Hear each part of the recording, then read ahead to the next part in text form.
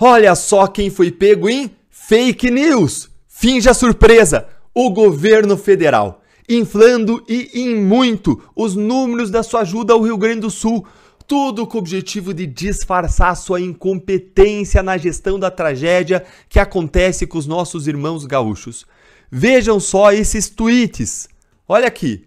Tweet do Paulo Pimenta, dizendo: agora, o presidente Lula oficial anuncia 50,9 bilhões em investimentos do governo federal para o Rio Grande do Sul. A gente já vai ver que não tem nada disso, que isso é falso, que está sendo inflado. Em seguida, tweet do próprio Lula, página oficial, Lula Oficial. Durante a cerimônia de anúncio de 50,9 bilhões em investimentos do governo federal para o Rio Grande do Sul, e aí segue falando da Janja, do cavalo caramelo. Na própria página do governo federal consta lá: o conjunto de ações foi detalhado pelo ministro da Fazenda, Fernando Haddad. Estamos falando da injeção de recursos de 50 bilhões de reais ao Rio Grande do Sul. Só que aí veio a BBC e desmascarou isso. Mostrou que estão inflados aí esses números em bilhões e bilhões e bilhões de reais. A não ser que o STF, a não ser que o governo Lula venham dizer agora que a BBC faz parte de uma conspiração internacional da extrema-direita, a não ser que eles inventem essa teoria, essa matéria, com uma análise detalhada, vai provar, e você vai ver isso, que esses números estão inflados em bilhões e em bilhões de reais. Vamos acompanhar, segue aqui comigo. Uma análise feita pela BBC Brasil e corroborada por especialistas em contas públicas ouvidos pela reportagem, identificou que conteúdos dos canais oficiais, inclusive do portal GovBR, e perfis de autoridades em redes sociais, superestimam o esforço federal de socorro ao Rio Grande do Sul. Na avaliação dos economistas entrevistados, a comunicação da gestão Lula está inflando em dezenas de bilhões de reais. Dezenas de bilhões de reais. Os valores federais disponibilizados ao considerar que linhas de créditos anunciadas, operadas por bancos públicos e bancos privados, seriam investimentos do governo federal ou recursos destinados pelo governo ao Estado. Além disso, canais oficiais do governo e de ministros de estados divulgaram a partir de domingo que o governo já teria destinado mais de 62 bilhões de reais em ações para enfrentar a crise socioambiental gaúcha, sem detalhar o que está contabilizado nesses valores.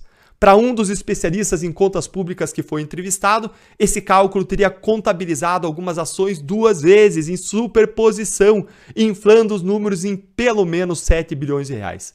As críticas não vêm só da direita, não vêm do centro, as críticas vêm até da esquerda. Inclusive economistas ligados à esquerda, como consultor de onde, gente? Do PSOL, que é alguém menos suspeito para criticar o governo do PT, o PSOL, na Câmara dos Deputados, Davi De Castro, e até especialistas que têm um perfil liberal, como o ex-diretor da Instituição Fiscal Independente, Gabriel de Barros, todos concordam. O governo está maquiando, o governo está espalhando desinformação. E segue a reportagem.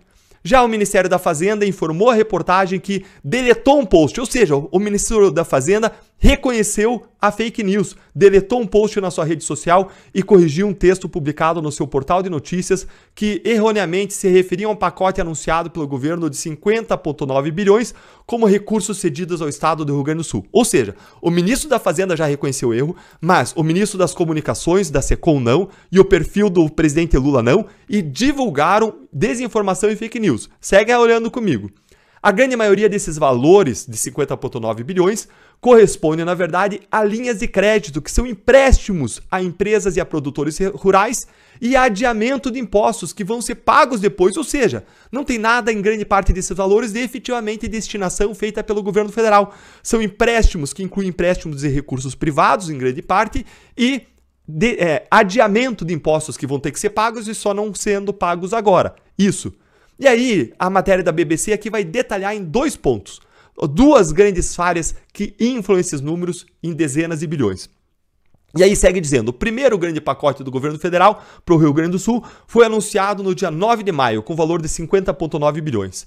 Esse montante representa uma projeção do impacto total de um conjunto de medidas que custariam concretamente para o governo o desembolso de, preste atenção, 7 bilhões. Gente, onde nós estamos? Um custo de 7 bilhões eles anunciam como 50,9 bilhões. Olhem isso! E eles que falam que os outros estão praticando fake news e desinformação. E segue a matéria. O custo real para o governo é menor porque parte dos 50,9 bilhões anunciados inclui antecipação de benefícios que já seriam pagos, como Bolsa Família. E segue dizendo, além disso, a maior parte do pacote, 39 dos 51 bilhões de reais, 39 bilhões, é composta de estimativas do quanto que pode ser emprestado por bancos e linhas de crédito, a partir de aportes do Tesouro Nacional, no valor de quanto? De 7 bilhões, ou seja, vem 7 bilhões apenas do Tesouro para subsidiar juros e oferecer garantias contra eventuais calotes. Ou seja, do valor de 39, vai sair do Tesouro Federal 7 bilhões. Essa garantia do governo permite aos bancos reduzir o seu risco e assim oferecer um crédito mais barato. Embora a Haddad tenha explicado no anúncio do pacote que esses 39 bilhões seriam linhas de crédito, todo o montante anunciado foi classificado como se fossem investimentos do governo federal no Rio Grande do Sul em contas oficiais dos ministros de Lula e do próprio presidente. Essa é só a primeira parte da história, a gente já vai para a segunda. Aí aqui tem uma análise de especialistas sobre isso. Para o economista Braulio Borges, pesquisador do Instituto Brasileiro de Economia da Fundação Getúlio Vargas, não é correto chamar esses 50 bilhões de investimentos. Trata-se sim de um pacote de suporte fiscal creditício. Ele destaca ainda que os valores são apenas uma estimativa do que pode ser emprestado. Pode ser emprestado, não quer nem dizer que vai ser emprestado. E segue aqui dizendo, agora o economista com doutorado pela Universidade Federal de Brasília e consultor do PSOL da Câmara, o David DeCache, ele diz que os recursos federais estão sendo inflados em dezenas de bilhões de reais. E segue dizendo que a comunicação do governo inflou os números que foram apresentados pelos técnicos. Eles fizeram uma estratégia inadequada e que fere os princípios do orçamento público. Aí você, além de ter esse inflar, esse inchaço de 7 para, muito mais que isso, para 50,9 bilhões, além de você ter esse inflaço aí, absurdo de valores, ainda existiu uma duplicação de valores referente ao segundo anúncio. Vamos acompanha aqui. O segundo grande anúncio do governo para o socorro do Rio Grande do Sul foi a edição de uma medida provisória no sábado, 11 de maio, abrindo um crédito extraordinário de 12,2 bilhões para ações do Rio Grande do Sul. Esses valores serviriam para cobrir gastos já anunciados, ou seja, do pacote 1, como 7 bilhões, que é a maior parte dos 12, 7 bilhões já referia ao pacote 1, que seria usado para alavancar os investimentos, aquele valor do Tesouro Nacional. Com a abertura do crédito extraordinário, canais oficiais da gestão Lula e perfis de ministros nas redes sociais passaram a divulgar uma soma dos recursos destinados ao Rio Grande do Sul e somaram os dois valores, do pacote 1 e do pacote 2, quando a maior parte do valor é o mesmo, está sobreposto. Alguns conteúdos falavam que os valores já somavam mais de 60 bilhões e outros que já somavam mais de 62 bilhões. Ou seja, apesar de boa parte do novo anúncio incorporar ações do primeiro pacote de 50,9 bilhões, o texto do governo parece somar esses valores para chegar aos mais de 62 bilhões já destinados ao Rio Grande do Sul. Outro texto do próprio portal GovBR, o portal oficial da presidência, divulgado na noite de segunda-feira, dia 13/5, essa última segunda, reforça a percepção de que o governo estava tratando o primeiro pacote e o crédito extraordinário do segundo pacote como se fossem ações adicionais, sem levar em conta a repetição da parte das medidas. Para o economista Gabriel de Barros, ex-diretor do IFI, há uma clara dupla contagem dos anúncios do governo. Infelizmente, diz ele, é surpreendente, mas não é inacreditável que o governo esteja inflando os números e fazendo uma dupla contagem para ganhar a narrativa de que não faltou ajuda, disse ele em mensagem à reportagem. Ele também não considera correto incorporar as linhas de créditos anunciadas no valor total dos recursos destinados ao Rio Grande do Sul. Lembre que as linhas de crédito é 39 dos 50,9 bilhões. E ele diz, esse recurso não é do governo, é dos bancos, inclusive privados. Isso revela o interesse do governo em se apropriar da narrativa de que ele é o grande provedor da reconstrução do Estado e usar a tragédia como um vetor político para se alavancar do ponto de vista eleitoral, o que é totalmente reprovável. É aquilo que vocês viram nessa semana, Lula usando a tragédia para fazer comício e eles inflando os números para usar de modo politiqueiro, eleitoreiro. A BBC News Brasil questionou a Secretaria de Comunicação da Presidência e a Casa Civil a respeito de como que o governo chegou aos 62 bilhões em relação às críticas de uma possível duplicação na contabilização dos recursos. Mas o que aconteceu? Não houve esclarecimentos. Esse é o governo da transparência, da prestação de contas. Esse é o governo da democracia. O Nicolas Ferreira ele reagiu com correção a esses posts do governo. Ele disse o seguinte: Quando você escutou que o governo envia 50 bilhões para o Rio Grande do Sul, você pensou, assim como todo mundo, que seria uma ajuda direta para o caixa do governo do Rio Grande do Sul para ajudar o Estado. Mas nada disso, não foi. Era o que deveria ser, mas não. Dos 50 bilhões, apenas 1 bilhão é isso, disse o Nicolas Ferreira, apesar de nenhuma parte desses recursos ser direcionada ao caixa do governo estadual. Depois, o Nicolas disse que dos 10 bilhões correspondem a adiantamentos, ele diz que 10 bilhões correspondem a adiantamentos de auxílio que as pessoas já iriam receber ou a adiamentos de impostos que terão que pagar depois. E que os 40 bilhões restantes são empréstimos que todos nós vamos ter que pagar depois com juros. Essa é a história, gente. Olha só. Então, olha o que a gente tem. A gente tem um tremendo inflaço aqui. Inflaço. 7 bilhões vão se transformar em 50,9 bilhões. Com o governo surfando na tragédia, querendo inflar os seus investimentos, o seu apoio ao Rio Grande do Sul, querendo usar a tragédia como um palco de um comício eleitoral em que Lula disse: vou continuar, vou me reeleger, vou buscar reeleição quantas vezes for. E vejo então que essa SECOM, que divulgou tudo isso de modo inflado, de modo errado, é a mesma Secretaria de Comunicação do Paulo Pimenta, que pediu investigação de postagens, porque supostamente postagens teriam fake news sobre ações do Rio Grande do Sul. E agora, Paulo Pimenta? A SECOM vai investigar a si mesma? É isso que vai acontecer? E aí, em tabelinha com o ministro do Lula, o ministro da Justiça, Ricardo Lewandowski, que sempre foi ministro do Lula, mas em algum tempo foi ministro do Supremo Tribunal Federal, esse ministro mandou a Polícia Federal instaurar inquérito para investigar fake news relacionadas a ações do governo no Rio Grande do Sul.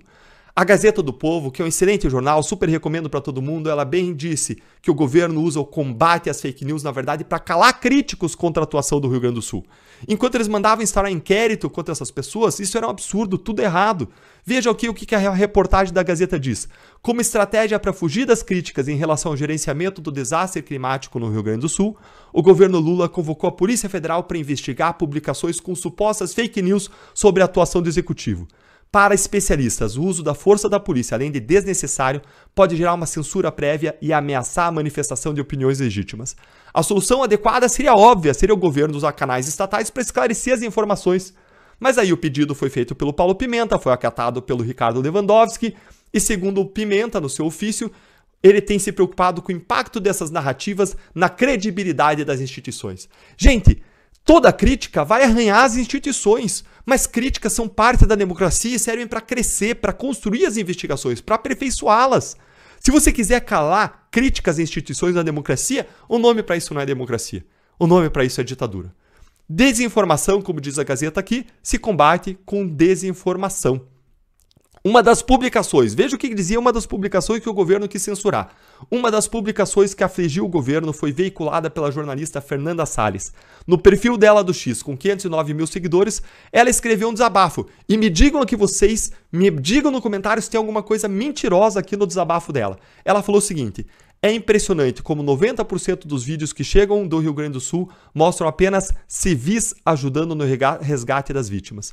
Essa tragédia evidenciou a ineficácia e falta de vontade do Estado em proteger o cidadão. Me digam se tem alguma coisa errada. Abra as redes sociais e me diga de quem são os vídeos fazendo salvamentos, operando em favor dos civis. 90% são dos civis. Ela não falou que nenhuma desinformação. Aí o Fabrício Rebelo, que é um pesquisador de direito de segurança pública, explica que posts como esse são apenas opiniões, gente, é o óbvio. Opiniões de pessoas comuns, protegidas numa democracia. Acionar a polícia para investigar esse tipo de manifestação foge ao regramento de um Estado democrático de direito e induz a censura. É uma evidente tentativa de censurar a opinião crítica, algo completamente absurdo pela nossa Constituição, disse ele. Mais do que isso, é uma explícita perseguição ideológica contra os opositores do governo, instrumentalizando a Polícia Federal para apurar fatos que, mesmo se fossem verdadeiros, mesmo se houvesse aí falsidade, fosse fake news, não seriam criminosos. Fake news não é crime no Brasil. Eis que não existe no Brasil o crime geral de fake news. E aí seguem outros analistas, outros comentadores aqui analisando na matéria que isso não é crime, que não teve nada de errado, que não podia ser investigado isso. E aí aqui uma outra matéria aqui mostra que, além de mandar investigar, num áudio vazado, o Paulo Pimenta fala em botar para foder com os caras.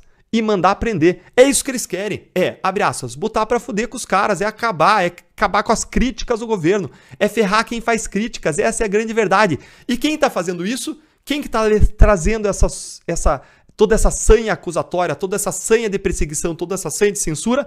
É ele, Paulo Pimenta. A mesma pessoa que disseminou fake news, um documentário falso que falava que a facada no Bolsonaro tinha sido fraudulenta, tinha sido uma fakeada. Ele mesmo, que disseminou fake news, seria agora o grande ministro da verdade do governo Lula. Aquele que controlaria a disseminação da informação. Eles mesmos que acabaram de fazer uma série de falsidades para inflar a atuação do governo federal lá no Rio Grande do Sul. Para a vergonha desse governo. Isso é muito vergonhoso. Isso tudo mostra que existe um sistema de 2 pesos, de 2 medidas, mostra a instrumentalização do discurso contra a desinformação e contra as fake news para silenciar críticos do governo. Num ponto, gente, o STF está certo. A democracia, de fato, corre perigo. Mas não é por causa das fake news, não é por causa da desinformação, e sim por causa dos arbítrios e censuras praticados contra os adversários do governo Lula.